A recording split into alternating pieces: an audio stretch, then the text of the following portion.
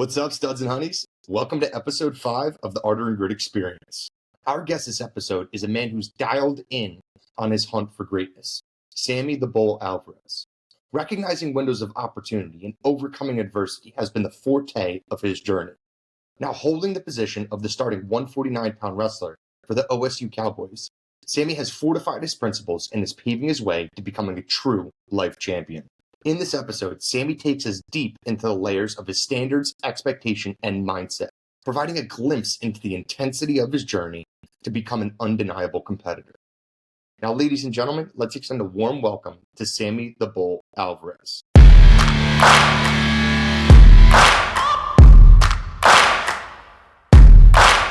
Hash out who you are, what you're about, what you're doing, where you're going, that whole spiel. So, Sammy Alvarez, originally from New Jersey, Garfield, Bergen County. Wrestled at Rutgers for a couple years, and then recently transferred over to Oklahoma State this past year. This is my second year here, technically. So, currently in season, and here to talk about it a little bit. Definitely, dude. So, starting off with wrestling, you've been immersed in the sport for, 15 years now? 10 years?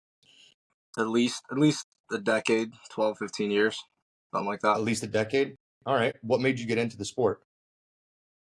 So, going back to the origin, I was just, in-town kid. Mom really wasn't too involved in sports, so I was kind of she was taking me places to keep me busy type of deal. Mm-hmm. One of my buddies, that she was friends with the mother, said, "Oh, I'm taking my son to wrestling practice." And at the time, I thought it was like WWE. So I'm thinking, we're going there, and there's going to be tables, this, that, and third.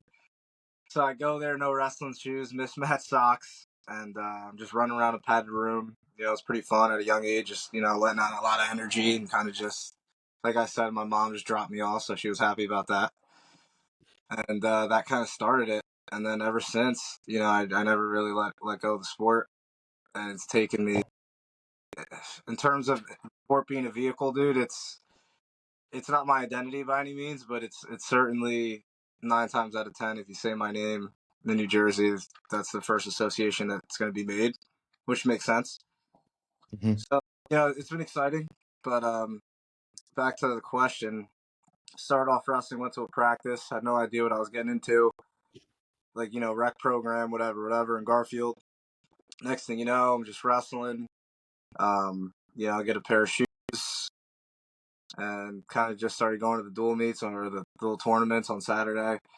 And then, from there, I just kind of did rec for 2-3 years, and that was kind of the birth of it all. Well, WWE feels a lot of people's entry points into it. I thought I was going to be hitting choke slams that first practice when I got into it. I was disappointed. I was like, what is this? Yeah, like, you can't see me. I'm thinking of John Cena off the rip. Yeah. So you had like a bunch of success as a kid. Like, you were racking it up. We were Bergen County kids, so we were around each other since we both started the sport, especially with the clubs we went to and just being in the same area. But when did you start realizing, like, this was the sport that you wanted to commit to? Like, I see the results that I'm kind of getting. I see the people or the role models in my life right now, and this is something I want to advance with. When did you start figuring that out? So I think it's a little deeper than just deciding, like, hey, this is what I'm going to do. I think, like you said, the role models and the people in your life that you value, and then you start making conclusions of, hey, like, this person has this, and it's all wrestling associated, right?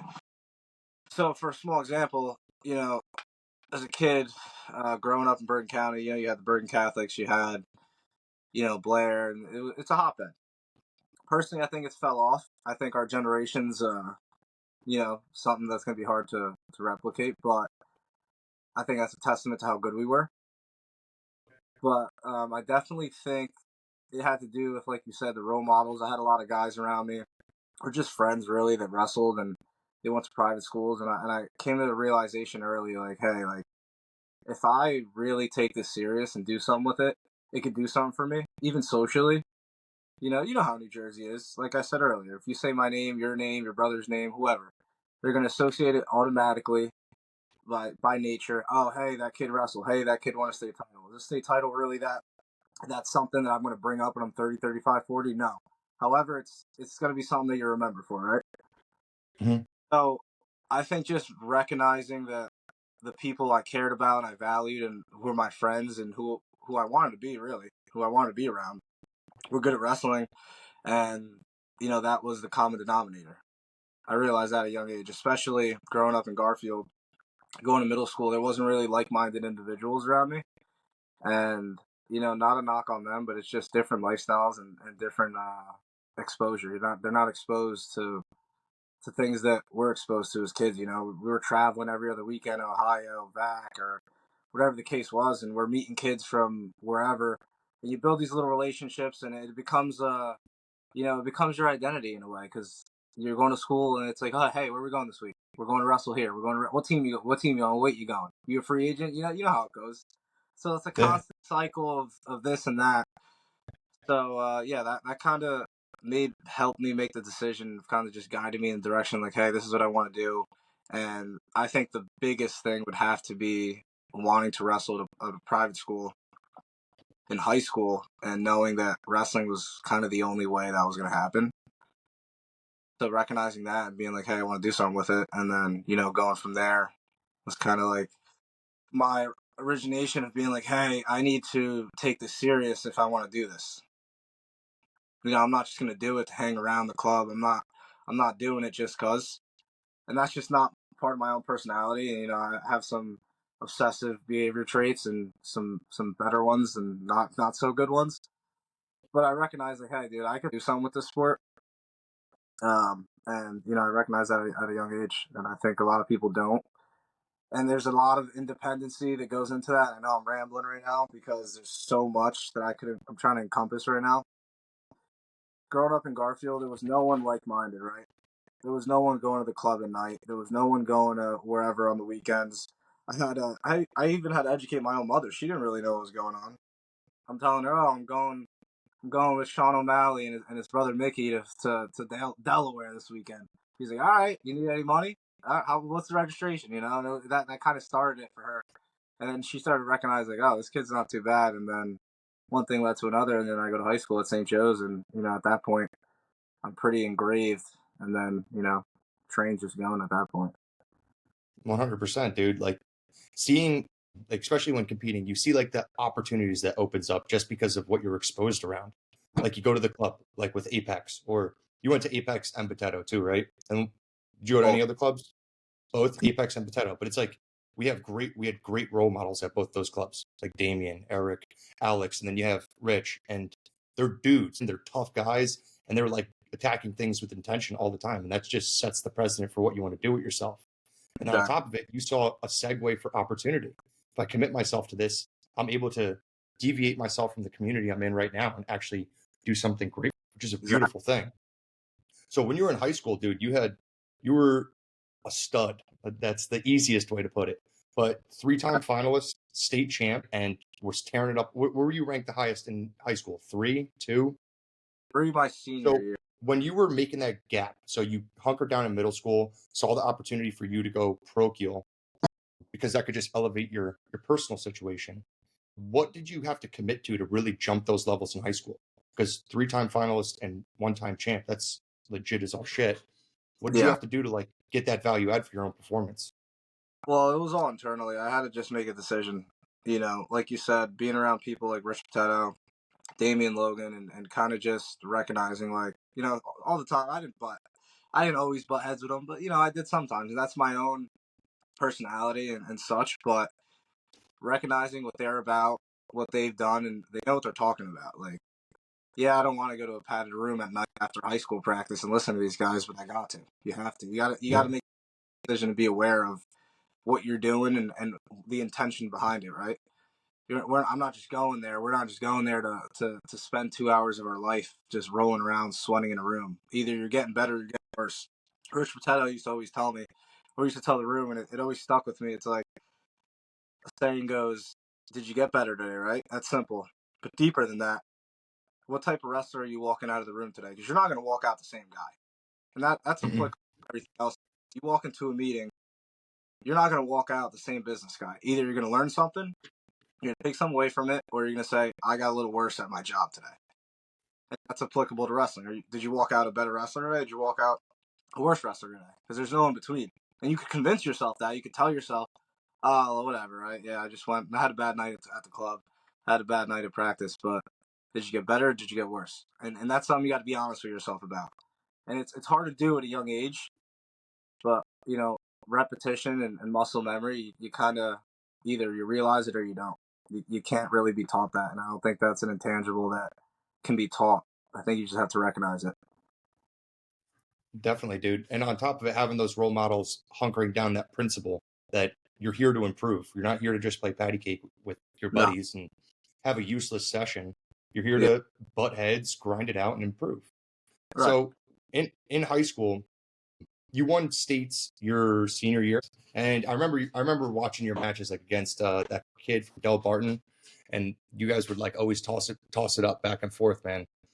When you started like really really getting those results, getting those state titles, getting the break in the national rankings, all that stuff, and you were looking to elevate this opportunity even more because you saw what was next. You got into the parochial school through your capabilities. And then you're like, there's a potential for me to wrestle in college. When did you start realizing there was potential for you to actually get to college through this sport?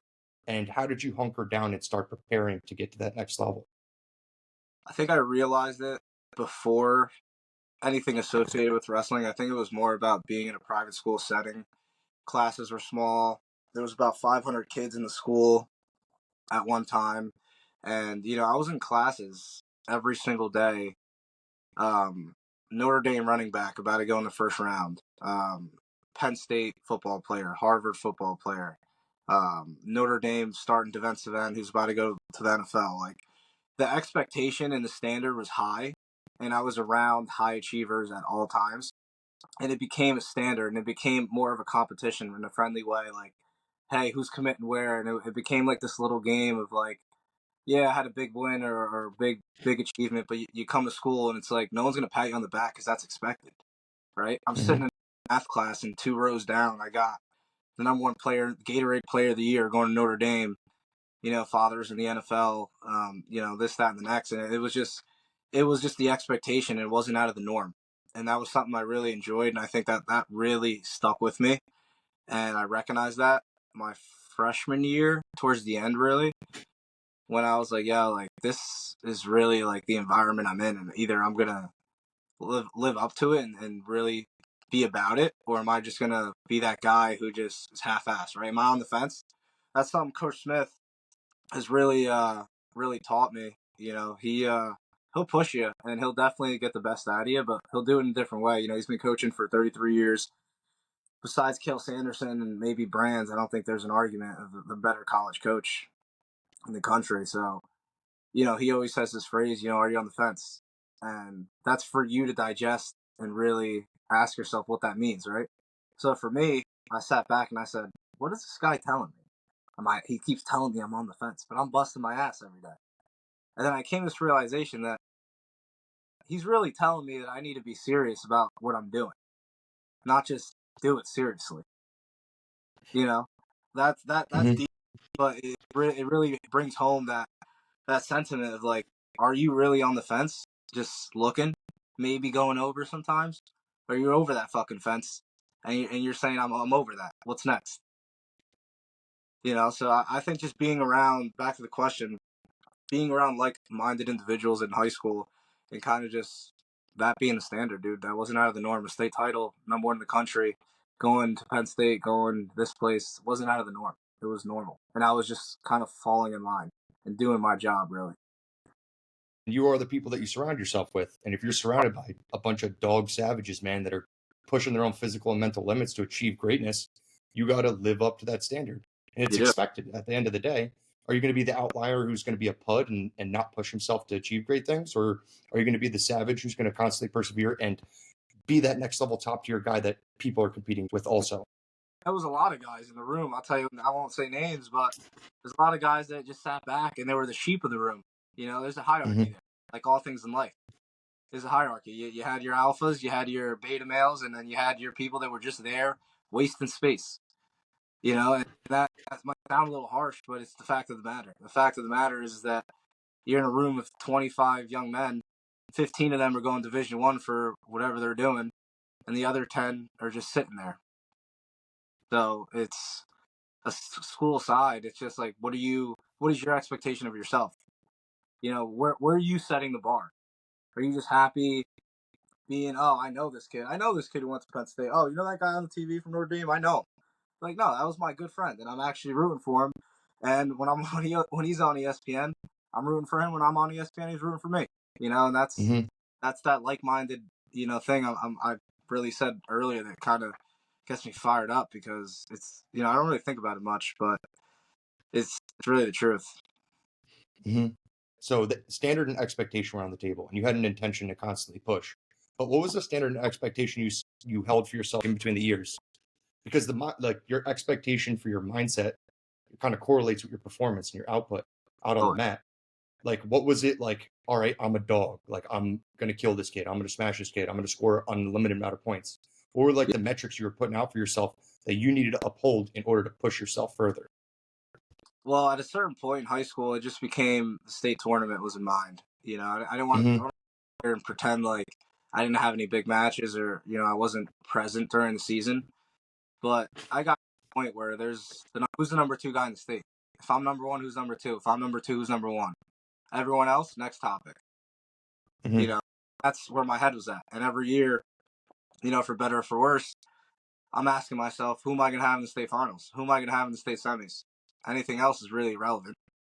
That's not the standard I'm holding myself to. I'm not worried about the first round. I'm not worried about the pre-quarters. And if I am, that's a problem. That's a deeper issue that I'm having, right? That's a confidence Mm-hmm. thing, and that's a standard. But that's where I was at. I was like, hey, who am I gonna have in the state finals this year?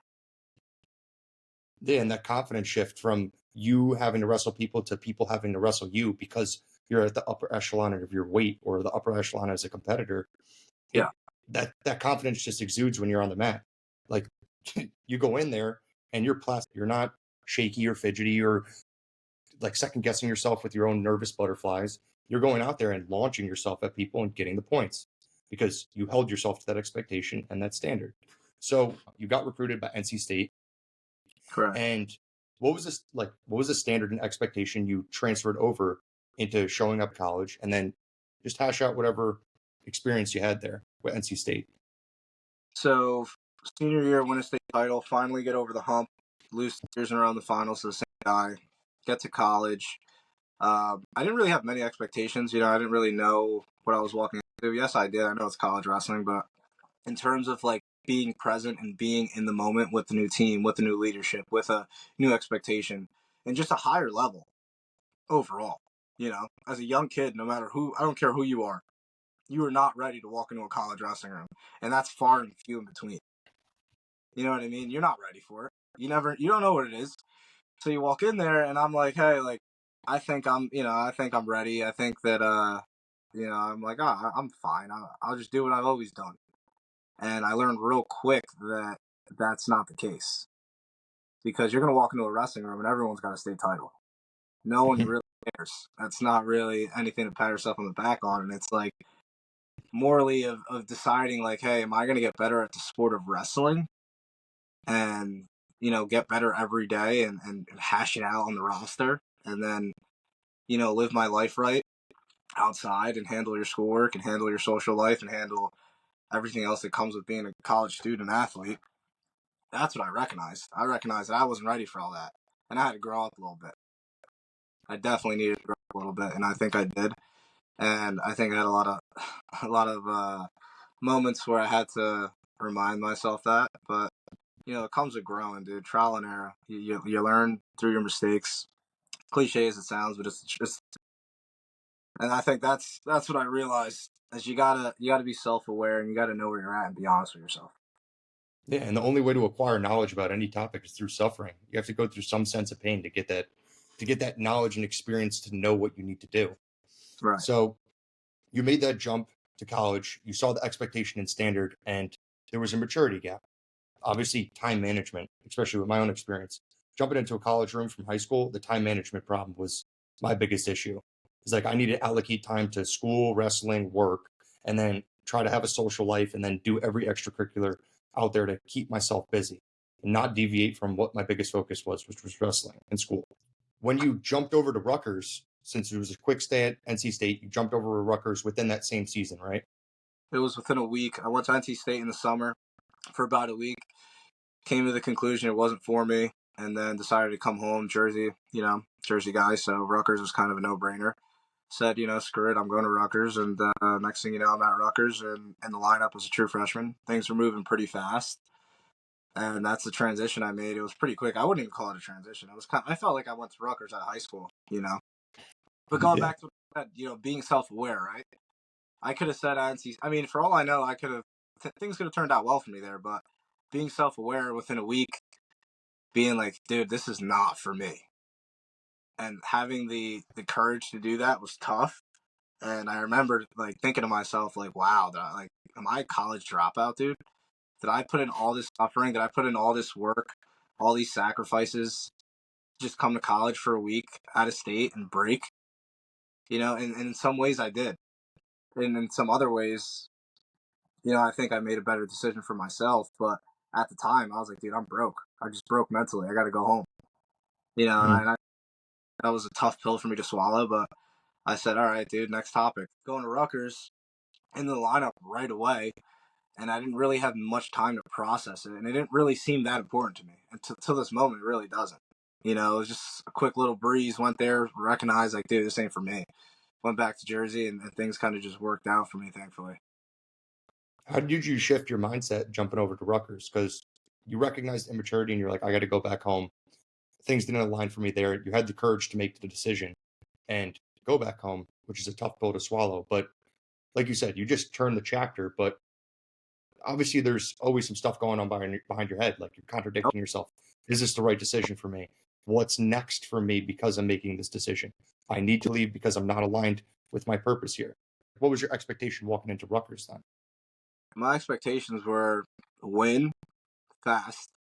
That whole development year, redshirt year, that really wasn't something in my head. I was kind of at the time where I felt very wanted by the Rutgers, coaches, teammates, and fans, and it was exciting. And I was like, hey, like I could be the guy now, and I felt that energy was reciprocated, and I kind of just followed it, and I didn't really think twice about it, or ever really sat there and said, am I ready for this? Am I not ready for it? And I kind of just recognized that, like, hey, they want me to be the guy. I want to be the guy.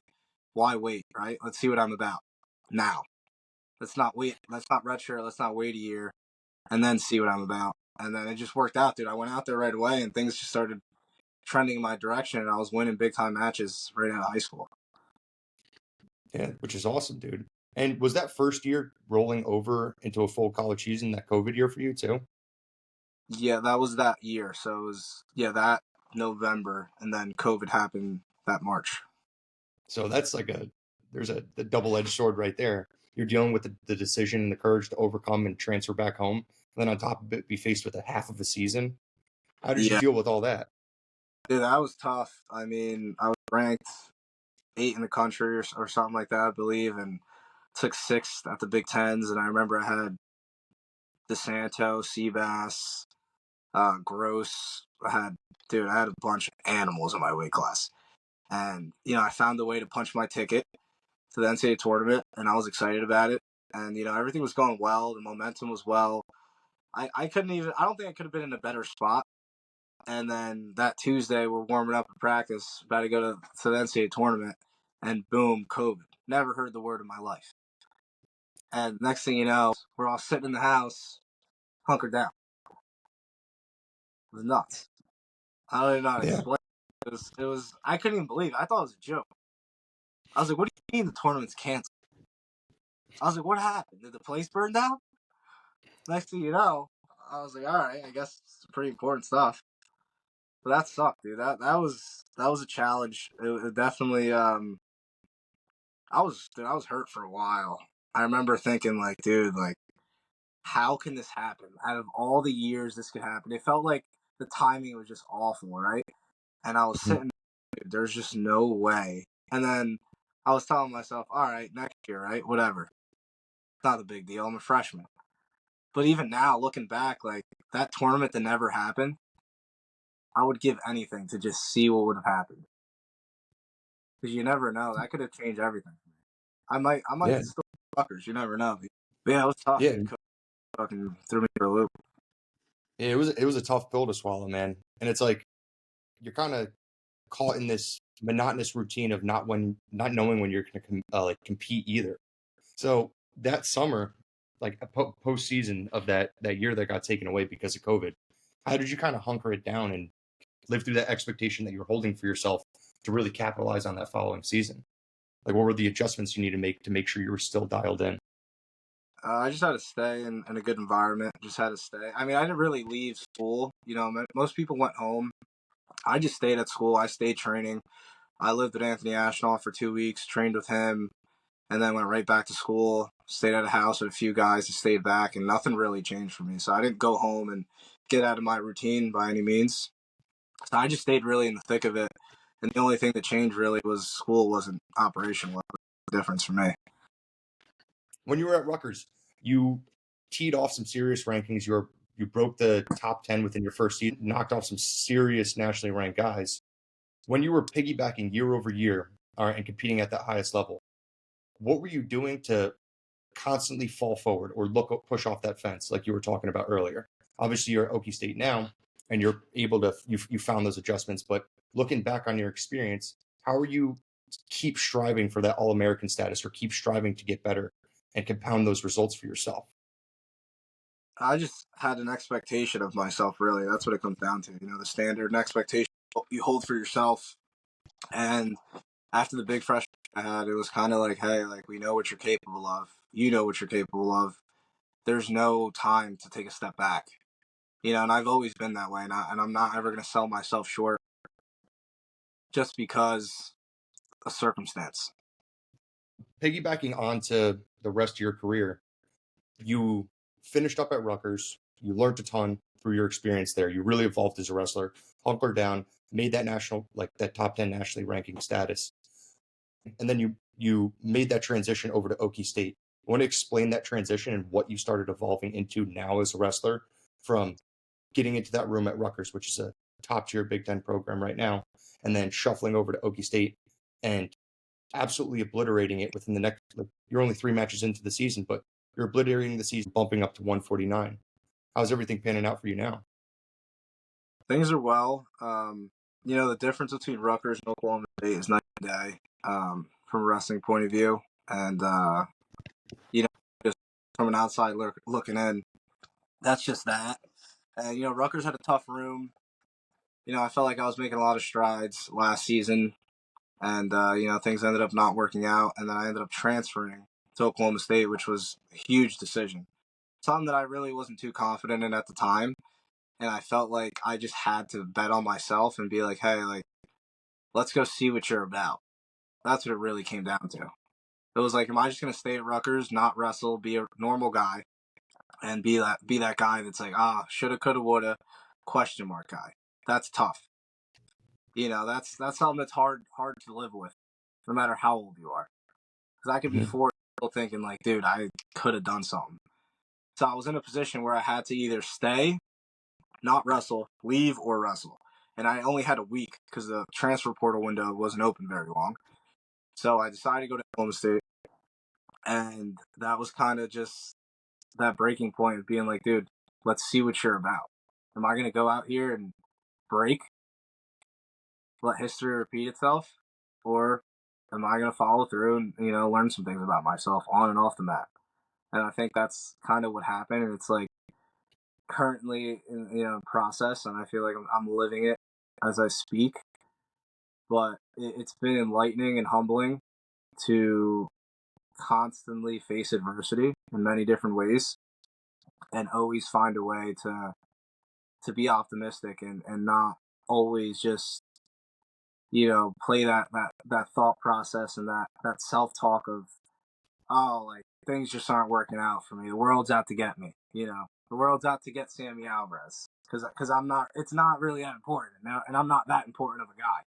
But just recognizing that and staying optimistic and knowing that oil and water always separate. It might be together for a while, but those elements are always going to separate. And that's something that I've been living by lately. And I keep constantly reaffirming to myself that, hey, if I wake up, win the day, go to practice, get better, I might suffer a little more than I did the previous day, but I know I got better, right? Mentally, physically, spiritually, whatever the case may be, but I know I got better. And that constant suffering and that reaffirmation of telling yourself, hey, what guy am I walking out of the practice room, right? Because I know the type of guy I walked in. But telling or answering yourself and telling yourself honestly, who's that guy that walked out of the practice room today? Did he get better or did he get worse? Because he's not the same guy. No matter how much you're going to try to tell yourself, it's just not the case.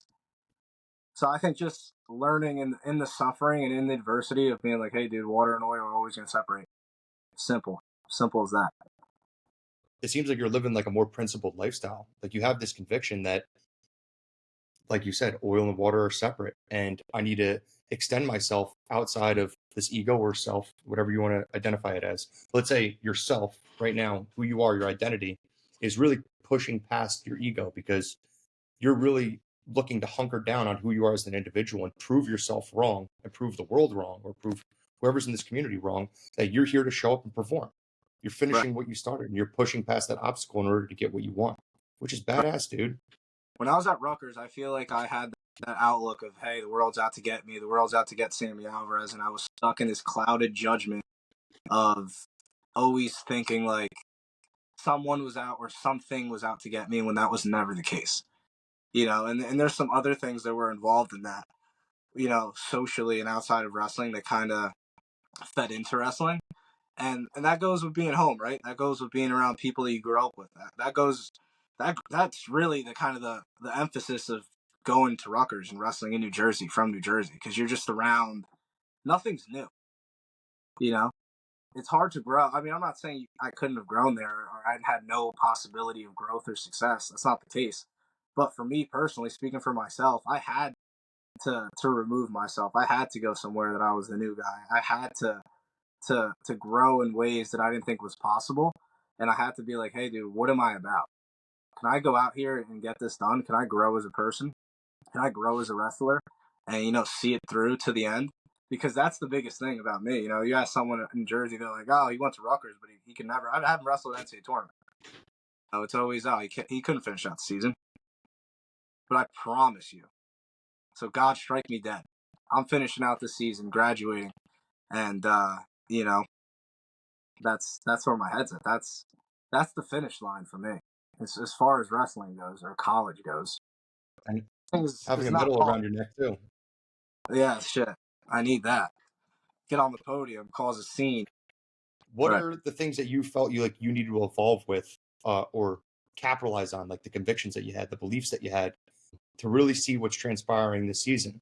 Because you said the outlook of familiarity back home wasn't the right mix, like, or you had a great cocktail of people and great performance, all this stuff going around, but it wasn't the mix that's going to elevate your performance. So you stepped Right. away from your home in order to go halfway across the country and start fresh.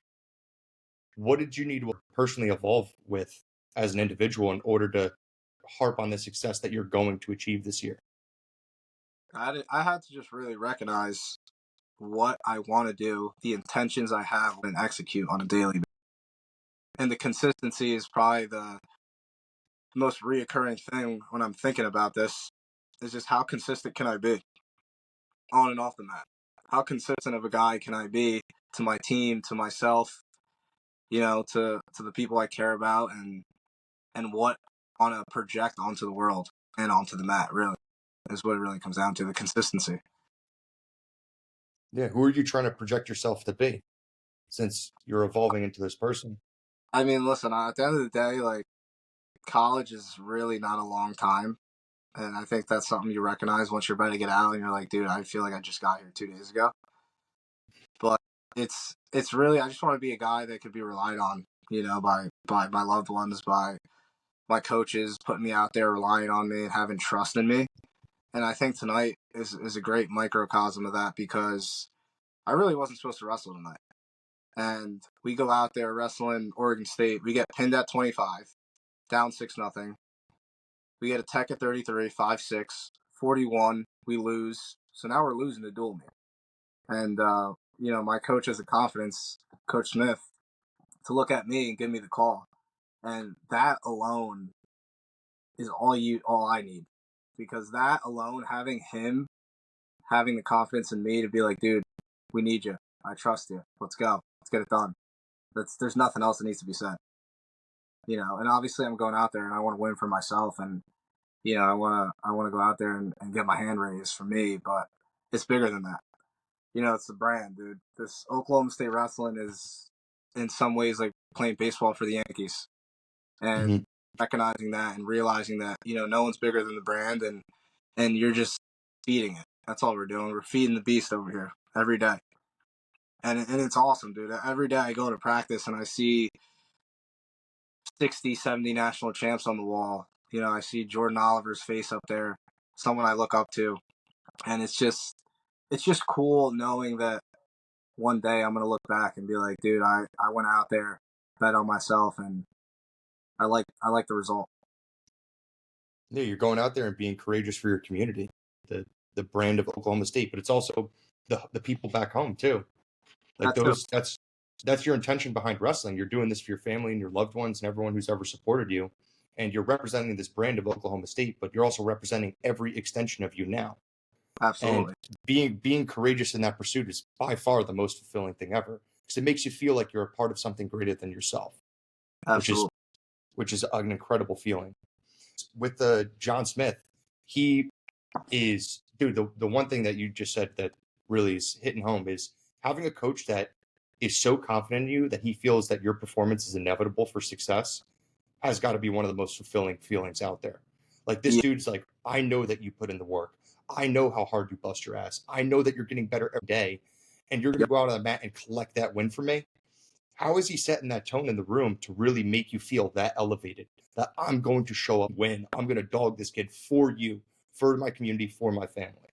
It's not a matter of if, it's a matter of when. Yeah, I Dude, agree with that.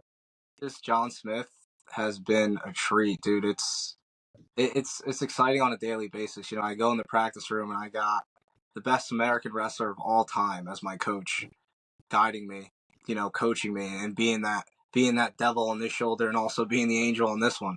And he'll tell you he knows how to get the best out of everyone. Trust me. And he's been doing it for 33 years. He knows what you're gonna do. He knows the decision you're gonna make before you make it.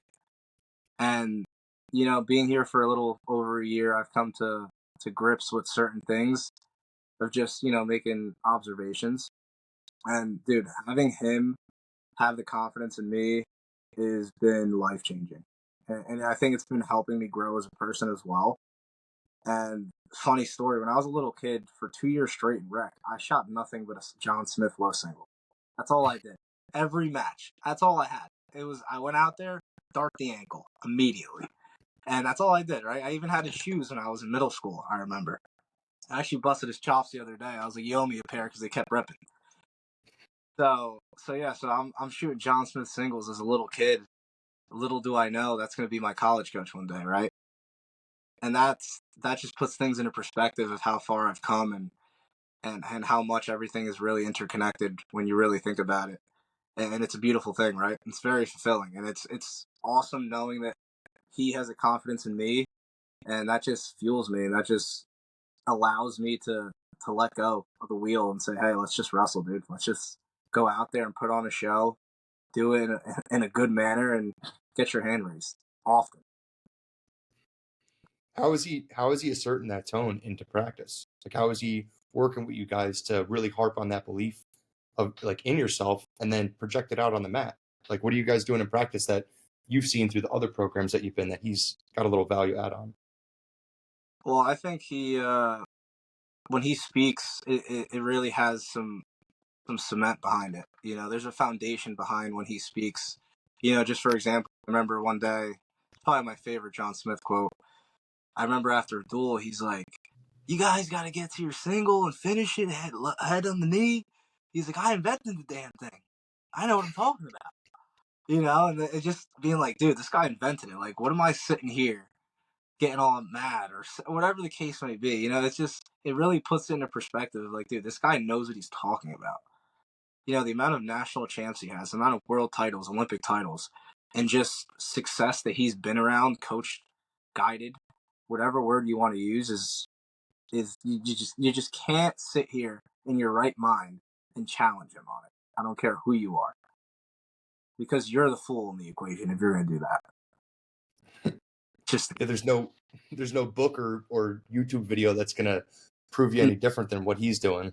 exactly. So just knowing that, and also being like aware and cognizant of the fact that very soon here I may never wrestle in college again, and the likelihood of me being coached by him again or being around him and that and under his leadership, I should say, is probably not going to happen. And being aware of how cool that is and how um, valuable that is something that I'm kind of coming into grips with now, and it's pretty cool on a daily. What are you looking to get out of the program, dwindling down on your last year of the season?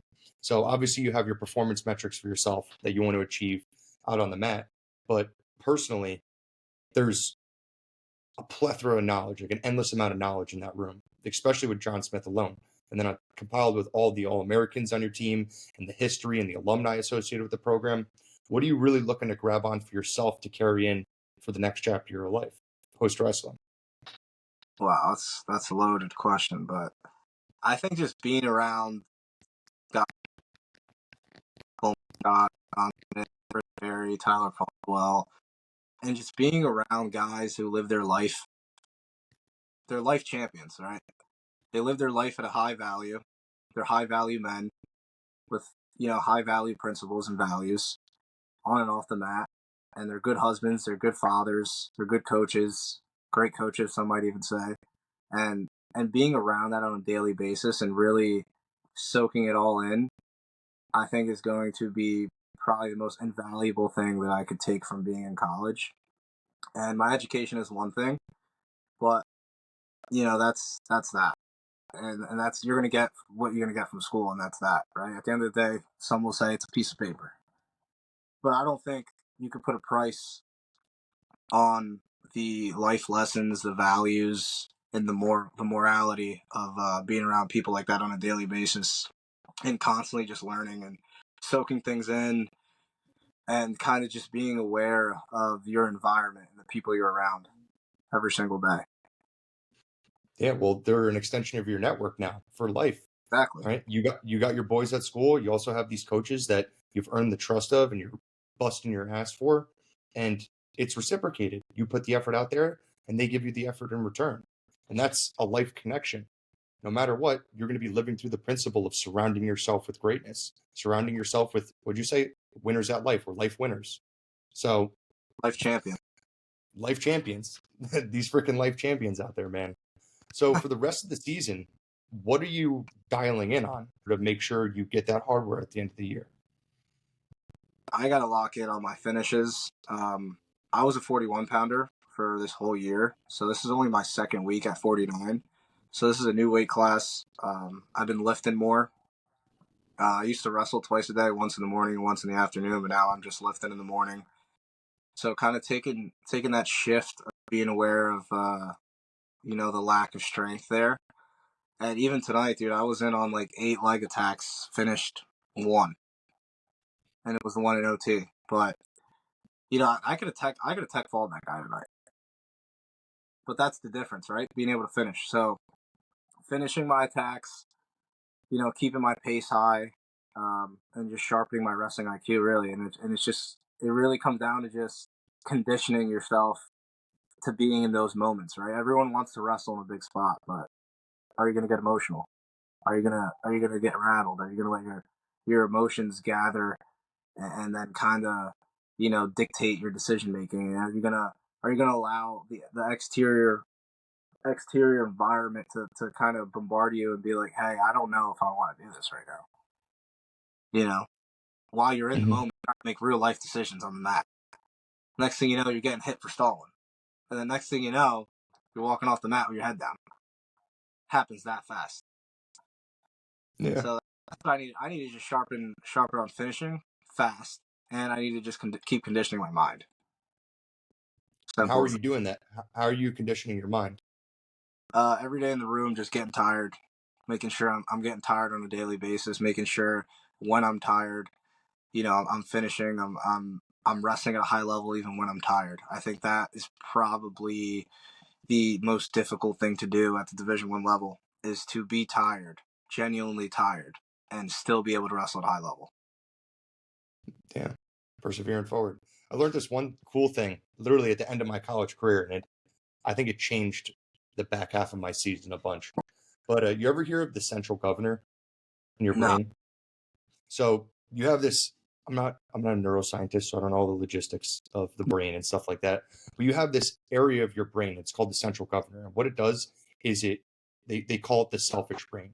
So when you're pushing yourself in a fight or flight situation and persevering and working yourself really really hard, your selfish brain, because of the fatigue that you're exposed to, because of that push, is going to try to make you quit.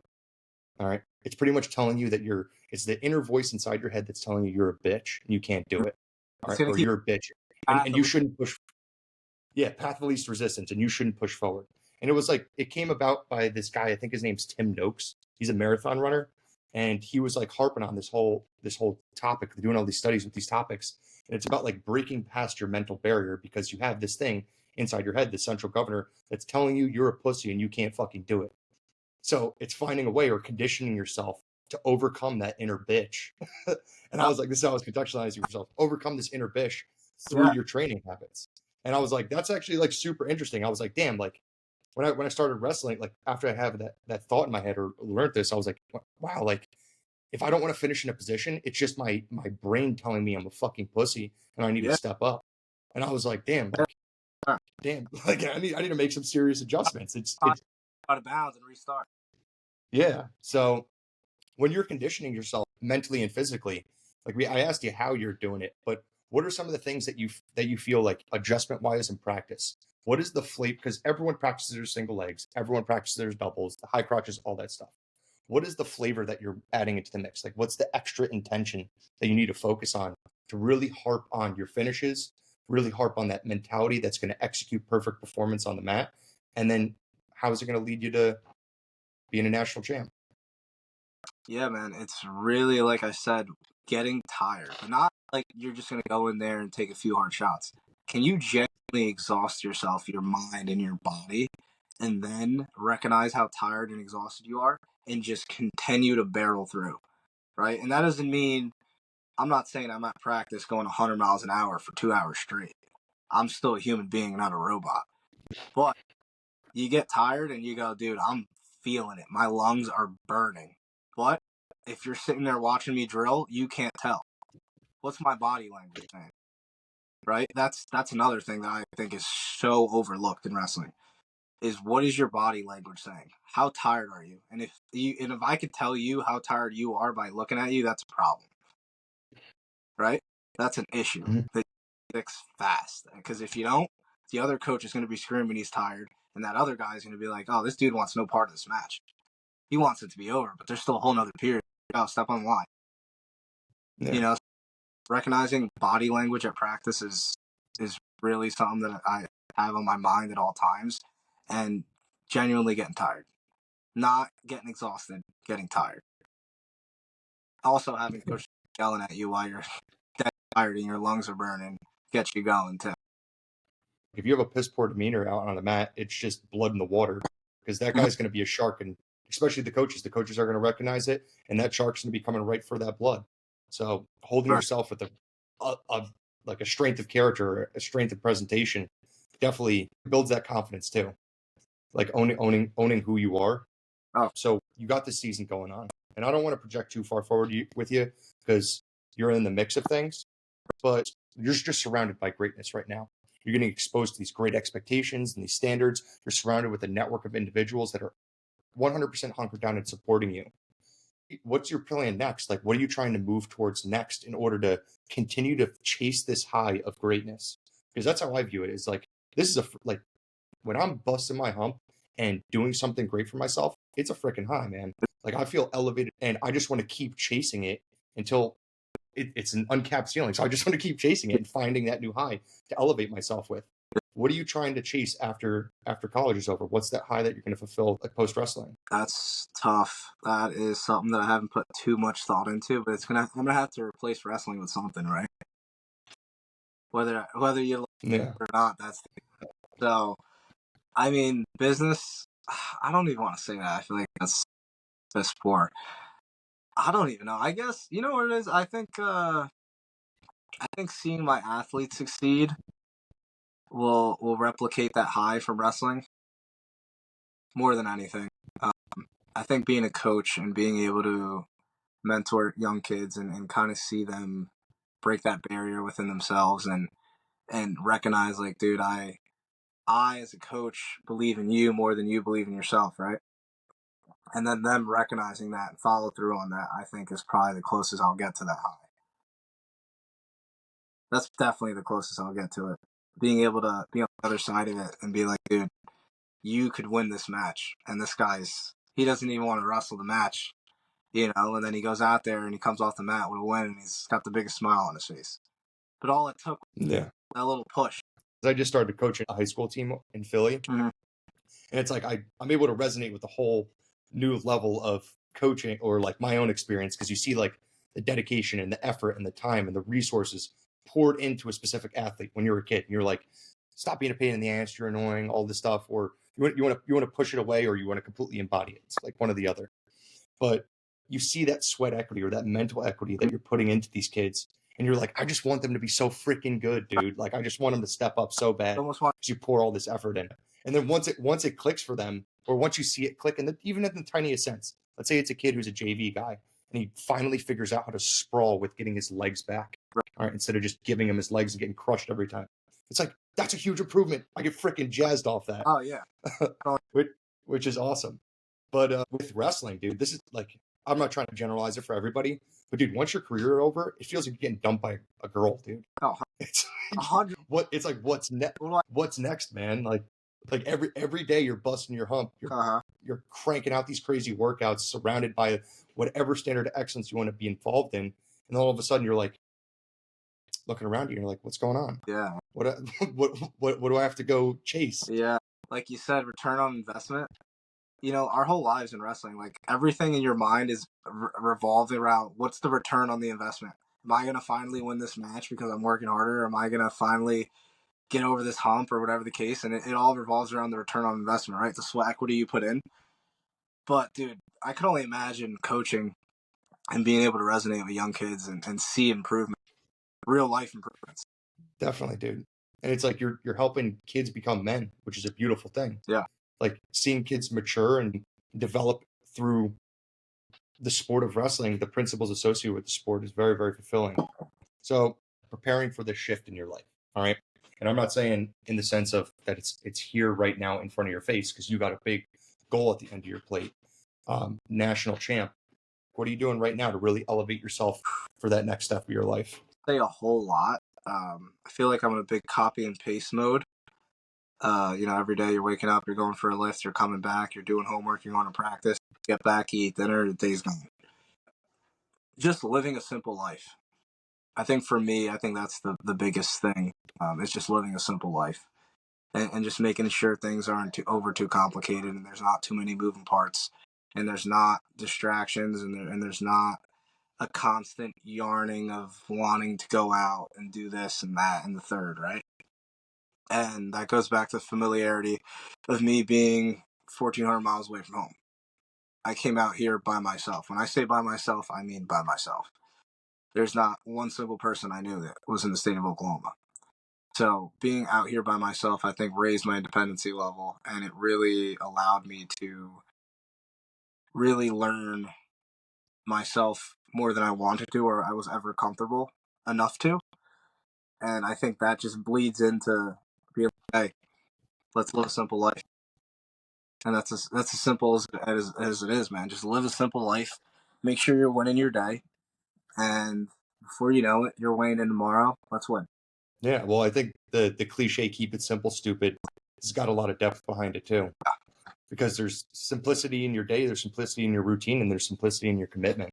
And your commitment at the end of the day is very simple on what you need to do, but it's what are the key things? It's like your perseverance, your determination, and like the grit that you're able to uphold in your effort. And another thing, I'm not gonna act like I'm getting ready to fight because I'm not. I got to worry about a wrestling match at the end of the week and make sure I'm passing 4 or 5 classes. It's really not Yeah. science. No, it's not. It's not rocket science at all. And that's like the one crazy thing, especially talking with non-athletes throughout college. Is like, how do you manage all of this? Mhm. And it's a routine, dude. And hunkering down on those habits really like redefines yourself as the person that you are. But that consistency really elevates everything else around you. It does, So see how committed you are. 100%. To finish this up a little bit, you want to share any bits of advice for people who are working their way through the sport, who want to elevate themselves to the performance that they've always wanted to achieve? You want to drop any dimes? Yeah, speaking for myself as a guy being in the position I'm in now, probably my last college season, being able to speak to my younger self, it's kind of what I'm thinking about right now, is keep things simple, right? Wrestling is wrestling at the end of the day. Being able to advance positions is key. I always like to say this: there shouldn't be stalling in matches, or there shouldn't be stalemates, rather, because there's always an advancement there's always a next position to get to, right? But that's unrealistic.